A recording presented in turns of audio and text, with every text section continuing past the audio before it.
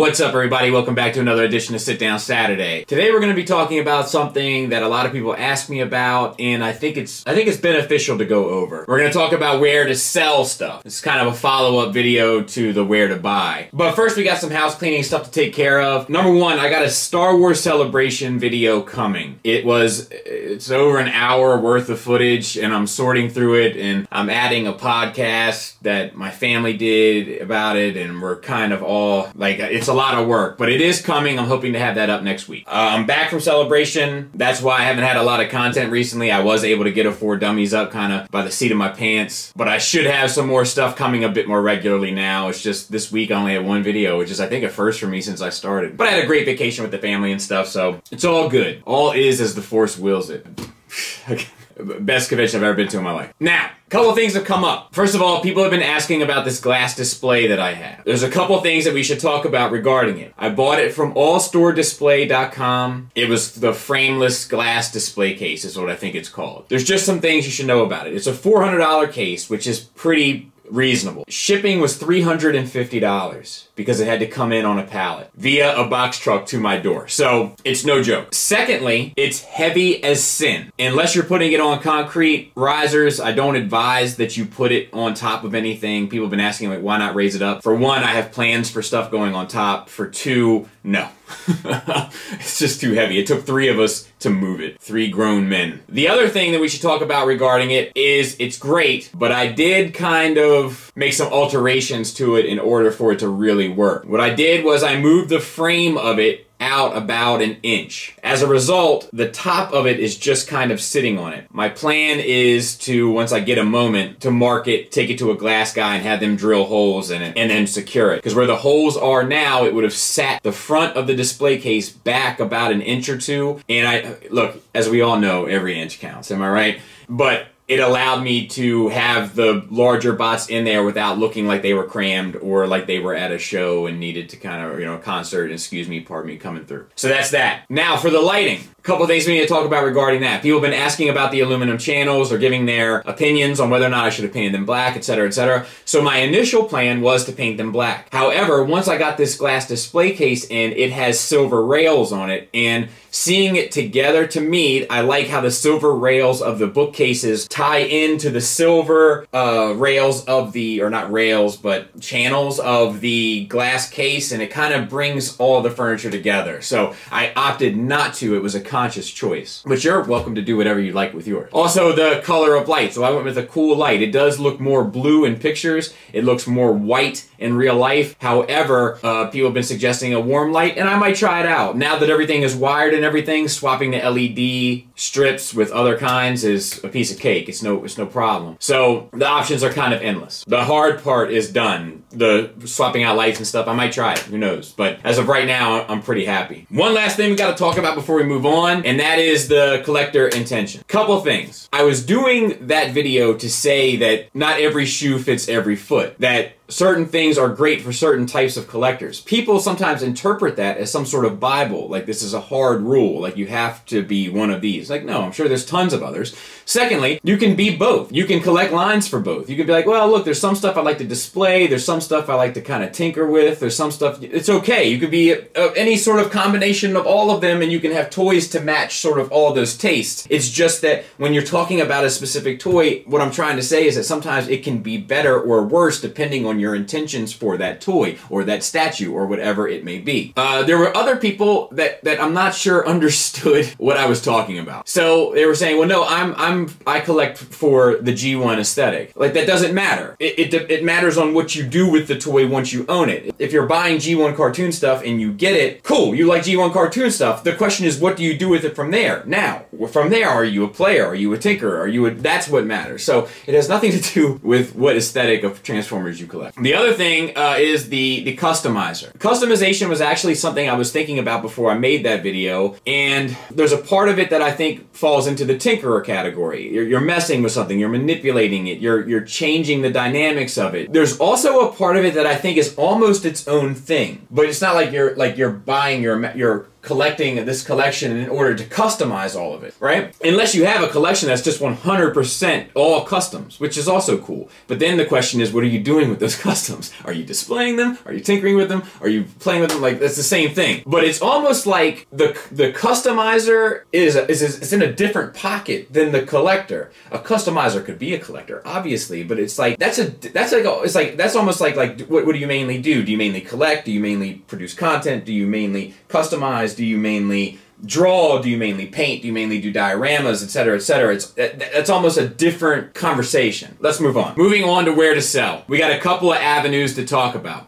So let's start at number one, which is sort of an introduction. As we build this collection of ours, it takes time, right? And over time, our sensibilities change, our tastes change, our interests change. Like, this is just part of being human. What was irreplaceable to you 5 years ago is swappable to you now. Unless you're just in for the whole thing. The completionist, if you will. So the question becomes, what do you do with all of this stuff? Most of our space is limited. Most of us aren't going to keep buying bigger houses as we amass a bigger collection. And asking yourself, do you need all of it? And most of us, I think, have reached a point in our collecting careers, for lack of a better term, where we're like, look, it's time to kind of thin the herd a little bit. I've done it recently in a major way. And I've always had great interactions with people. And I've actually ended up meeting people through selling stuff and meeting people through buying stuff and all that kind of stuff. So there's an element of the culture that's wrapped up and tied up in that. Then there's a whole discussion as to whether or not, you want top dollar, and most, a lot of people do, and, money is money, and I get it. But for me, I kind of look at it all as like, look, I'm selling it, I'm going to try to get 40 to 50% of what I paid. If I can get more, great. But most of the time, I don't feel like it's worth fighting for. And I enjoyed it.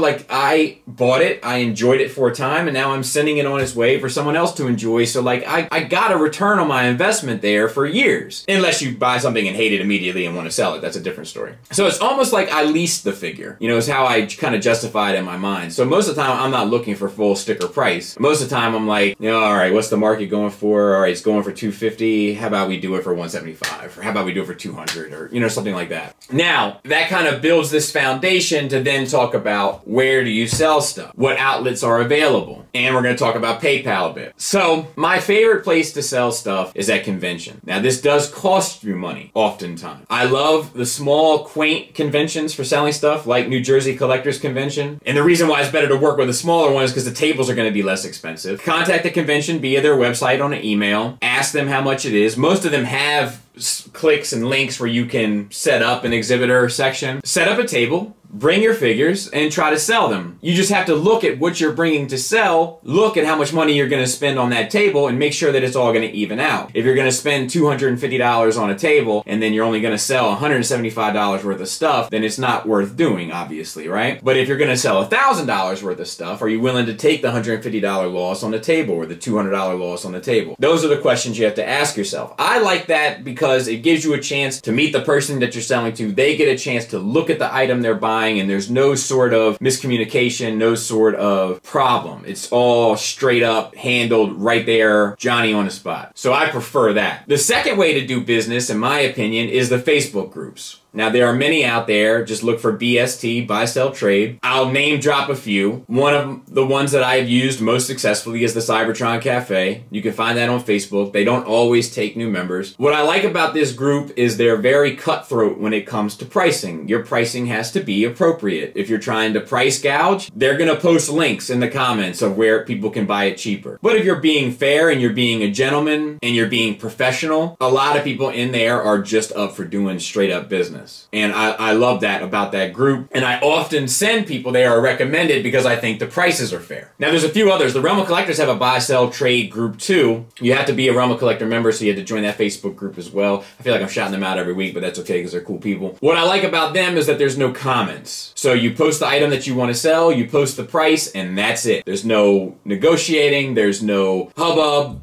the comments don't get out of control on diversions of conversations or memes or GIFs or whatever. I think it's actually GIFs, right? There's nothing like that. So it's kind of straight up business. You like it, message them and buy it. You don't like it, you move on. And those are your only options. So I recommend that as well. And I'll try to have links to all these in the descriptions. Look, and there's 1,000 of these groups out there. You feel free to search it and find it yourself and find one that works for you. I'm just giving some suggestions. But the last one I'm going to suggest is Transformers Chat Trade Buy fan page. It's a decent group. It's admin by Mega81, who's a pretty well-known news hound in the community, so I've always had good luck there as well. Now, the general way to do this, post the item, post the price you want, people will PM you, set up a PayPal exchange, send the money, send the product, etc. Now let's talk about PayPal for a minute. Most of us are comfortable using it. If you're not, I've always had good experiences with PayPal. My father has not, so he would disagree. Call Dad home. Calling Dad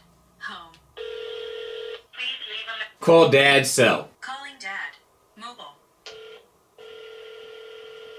I tried. There's two ways to send money via PayPal. Friends and family, goods and services. These are set up, obviously, for those two purposes. My recommendation is to send the money, goods and services. For one, you're paying for goods and services. For two, it ensures the money that you sent with PayPal. So it protects your buy. And it keeps everything on the up and up. It keeps everything professional. Now, there is a PayPal fee. You and the buyer can discuss what is appropriate regarding the PayPal fees. Sometimes, I think depending on the price, it's appropriate for the seller to cover the PayPal fees. Sometimes, depending on the price, I think it's appropriate for the buyer to cover the PayPal fees. You guys can work that out. Be gentlemen. It's a community after all. I have a buddy of mine named Mike who knows all the ins and outs of PayPal regarding selling. If you guys would be interested in like a phone call conversation with him, I can make that happen. I'm sure I'd have to ask him, of course, but we could definitely do that in some fashion on this channel if you'd like. Now, the last way that you can go about selling is eBay. I've used it. I've used it before. I'm getting ready to use it again soon for something. It's professional, so that's good. The only problem with eBay is that it definitely is a buyer's market. So eBay always tends to side with the buyer if there's any sort of dispute. They're trying to protect the people that are sending money rather than the people that are collecting money because it's good for business for eBay. Most of you have experiences with eBay. Most of you know the system regarding eBay. It is a valuable tool in the toolbox, but in my opinion, it's probably the last resort. But those are the three avenues that I use regarding selling stuff. Hope that was beneficial in some way. I do have some reviews coming next week, thanks to East Coast Toys, so we'll have a little bit more content. We're gonna spice it up a bit. And I'm very close to having a Skull Talk episode 2 ready. I think I might need one more little news segment, but I'm ready. So, more stuff is coming. Thanks for listening. Thanks for watching. Until next time, take care.